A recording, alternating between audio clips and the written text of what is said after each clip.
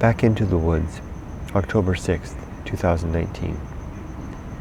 Dear Yumiko, there's investment in adventure which yields return throughout our remaining days. For me, this is wilderness adventure and life adventure and the adventure of the mind. Each sort of exploration takes something from me in the process of living, living directed towards the outer edges of the territory I know and the places I trust, and the life which is safe and sane and contented, and then return something back, usually sometime distant in the future, something more valuable than what I gave up, even if that value is less tangible and seemingly real. This is why I always go back to the wild. This is the reason I always return to the mountains or the desert and to adventure, and this is also one of the reasons I married you. You and I are alike in this way, as we both are adventurers. I knew this of you the first day we met, and after you told me the story of your coming to America. I knew then that we were kin. I understood that you were someone with whom I could make life itself an adventure. And so we ventured out together then, 30 years back, and what a journey it's been. So many places together. So many lives.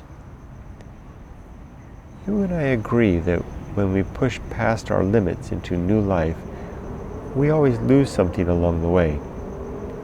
Some part of us is expended and consumed by virtue of the decision and effort to step outside the garden gate, to climb over the sheltering wall, to let go of our community and friends and the warm hands which comfort and hold our own, not always forever, not even for very long sometimes, but just long enough to once again get dirty, bruised and bloody, and to remember what it means to explore while there's still light in the sky. There is still light in the sky. We have now before us yet another opportunity of life adventure, me and you. Yet another life adventure. Not my adventure of the mountains and the desert, but our adventure of life itself. The opportunity before us today is a good one, though risky. But we like risky, don't we? Though what a change this would be. A new job, a better job, in a new city a few hours away. The transition would be big. The challenges many, but mostly it's the challenge of the unknown. That unknown which always warns us to stay back and to close and lock the current safe doors. That ridiculous fear which cautions of risks which are indeed real, and which have already cost us so much, everything perhaps, but which are also the very risks we agree this life is all about. For the return on such investment is also real, and it is this intangible return which we really want from life. We always desired the splendid return of the engagement of risk, though if we're honest, we've also always appreciated the loss that's been incurred along the way, no matter what the cost.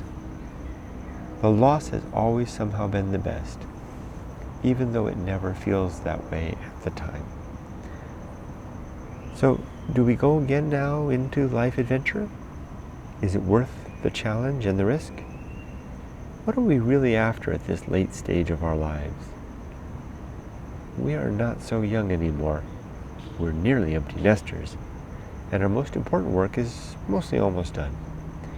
What's our aim now after parenting, besides being good people and living lives which are more gain and less drained for others for the fact of our having been alive?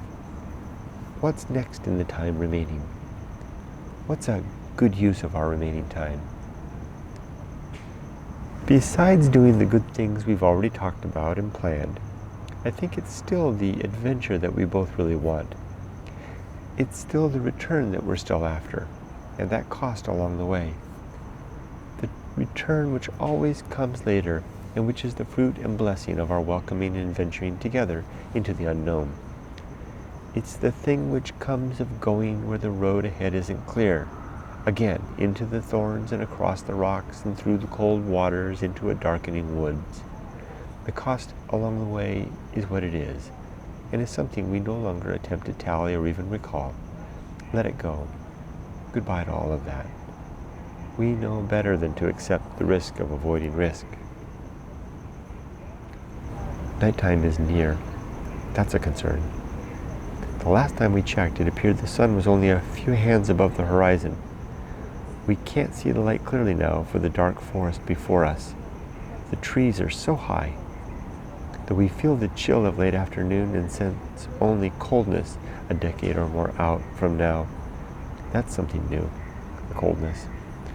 Coldness is coming, the coldness which we cannot escape. The chill of night before night is even here. We can gather more blankets if we like, though these will only help a little. There's no use kindling a fire which is simply vain resistance to the dark. Eventually the cold gets in, or maybe the cold comes from within. No matter, there will be no more genuine adventure soon. Soon we'll have to make a final stand. Will it be here in this clearing we found and made in Orange County? We've done nice work here, to be sure. The trees are cut and the wilder woods are pushed back. We did good work, and it feels nice to enjoy the sunshine direct on the face. But we're not such people, you and I. We always go back into the woods. We stay for a time in the light, and then we always go back into the woods. The chill is coming, to be sure, but maybe if we keep moving, we can stay genuinely warm just a little bit longer. Genuinely warm, that's the thing. Adventuring together is always a good way to stay warm. Shall we stay warm together one more time? Shall we adventure a little more?